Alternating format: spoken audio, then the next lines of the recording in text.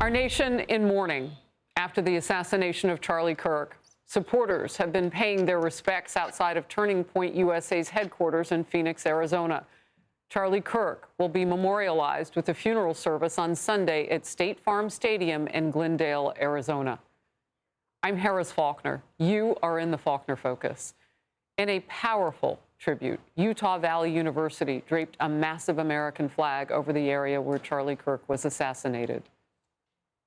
Students there returned to classes yesterday. Some say they are very shaken. I think even just being on campus was hard for everybody. You know, it's a super emotional moment. This is somewhere that we go to further our lives, and it could be also the place where it ends our lives. He celebrated all the things I support: family, God, love. He never went a day with in his life never preaching about how much he loved those. I think it was important that he really, spoke to the youth, because they're our upcoming generation. I don't think UVU is ever going to be the same. You saw Tuesday and Wednesday. We're checking in on the nation and on that campus on a regular basis with our love, our thoughts, and we want to hear theirs, what they're going through. Moments ago, President Trump honored Charlie Kirk's legacy while speaking from the UK. Charlie Kirk was heinously assassinated for speaking his mind. He was a great young man, incredible future. Some people said he might be president someday. I told him, I said, Charlie, I think you have a good shot someday at being president.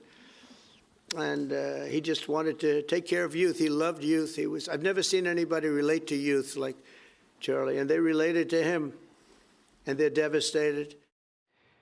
And as we take a moment as a nation to bow our heads and think better thoughts about the future if we can, the left is making that very hard to do by pushing false narratives, like the one about Charlie Kirk's suspected assassin.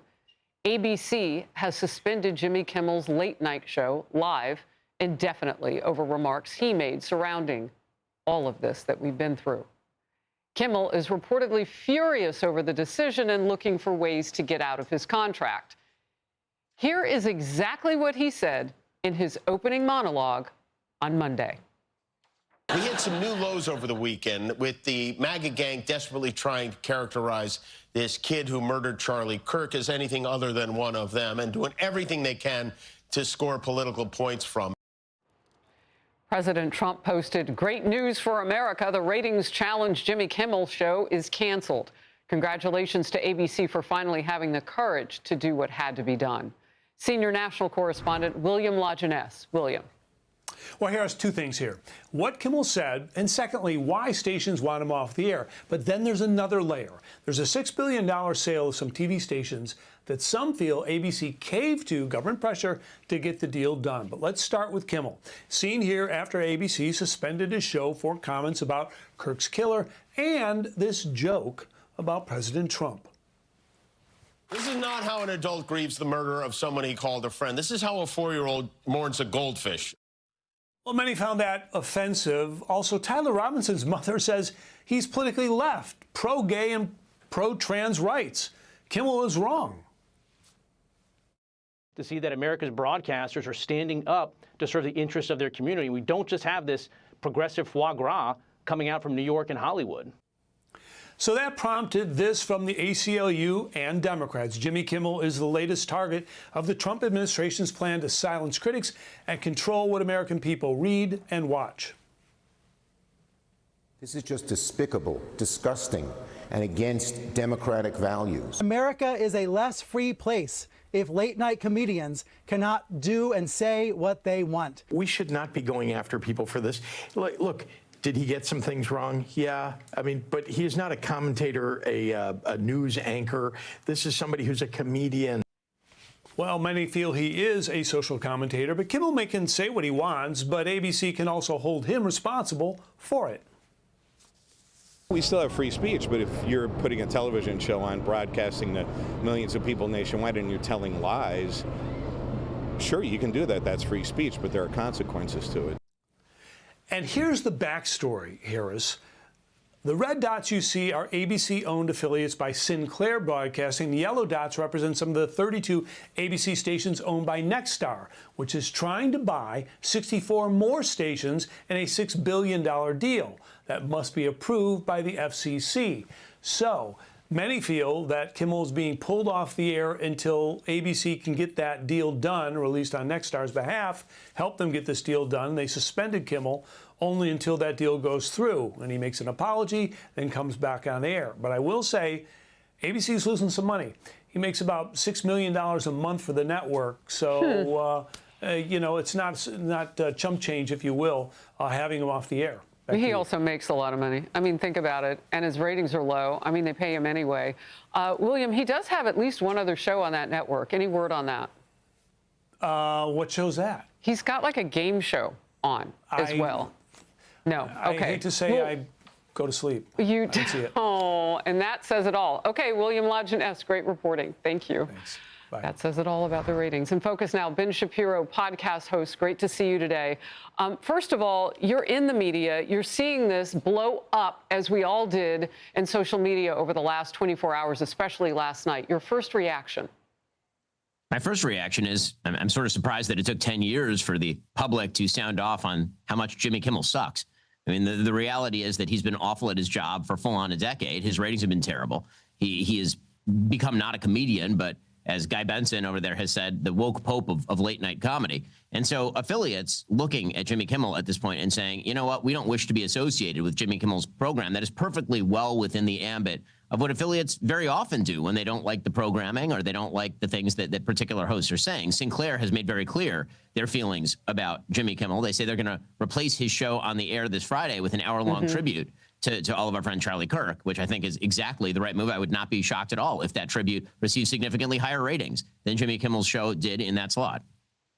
Well, back in 2017, there was somebody who already felt like Jimmy Kimmel didn't have great humor. In fact, he tweeted about it. Charlie Kirk. Look at this.